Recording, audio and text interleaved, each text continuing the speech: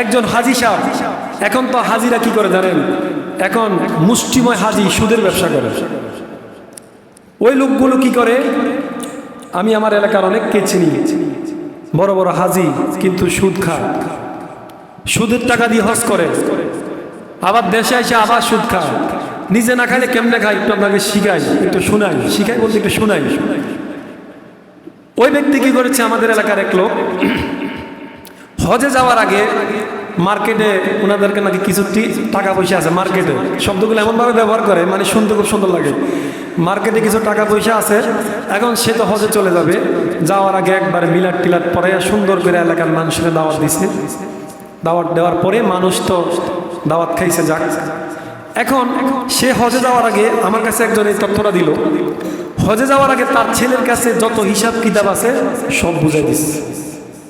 এখন বুঝাই দেওয়ার আগে নাকি সে কথা বলতেছে, আমি তো হজে যাব, আমি তো আর এগুলা করতে পারবো না, এখন আমার ছেলে এগুলা দেখবে, এই ব্যবসাটা আমি তো আর করতে পারবো না, হয়তো আমি পরামর্শ দিতে পারবো, আমি তো এগুলা করতে পারবো না, আমি হজে যাব। তো ছেলের কাছে সব কিছু বুঝাই দিয়া সে হজে গেল, এবং কি সে যে টাকা দিয়ে হজে গেল সেটাও সুদের টাকা। ছেলের কাছে সব কিছু বুঝাই দিয়া দেশে আসলো।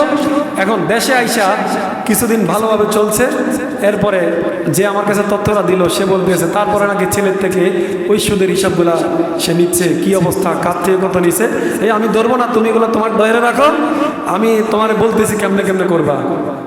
এগুলো হাজি, এগুলা কোনো হাজি না ফাজি। আরে ভাই, একটা মানুষ হজ করবে লিল্লাহি, আল্লাহর জন্য, ওই ব্যক্তি যদি সুদের টাকা দিয়ে যায় হজ করতে, সুদের সম্পর্ক থাকে, সুদের ব্যবসা করে, ওই কি হাজি হবে না ফাজি হবে? একটা ফাজি। এরকম কোনো কাজ করা যাবে না প্রিয় ভাইরা। এখন এমন অসংখ্য হাজি সাহেব আছে, হজ করে এসা মানুষের লাইল এমনভাবে কাটে ভাই, মানে দেখলে একজন নিজেকে মুসলমান দাবি করে কষ্ট লাগে।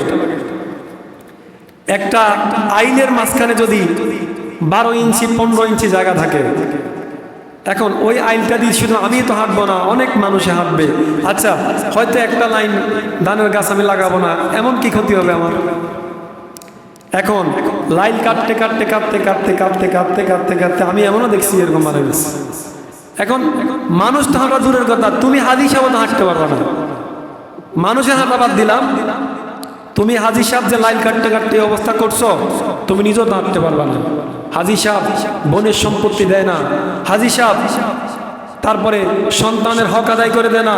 বোনেরা যখন সম্পত্তির জন্য আসে বলছে বাবা থাকতে নিনা রাখেন, এখন কোনো সম্পত্তি নাই। এরকম হাজি আছে না নাই?